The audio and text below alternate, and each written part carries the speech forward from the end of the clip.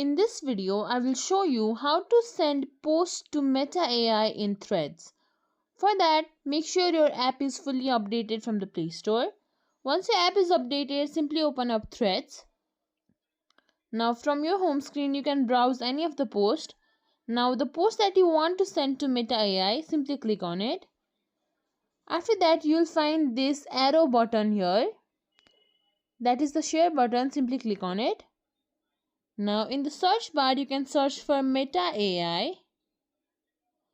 Now here's Meta, but make sure you click on meta.ai. Now you can type out give me more context for this or anything that you really want to search for.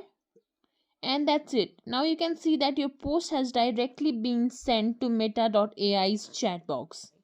And if you think this video is helpful, please like, share, subscribe to our channel, and thank you for watching.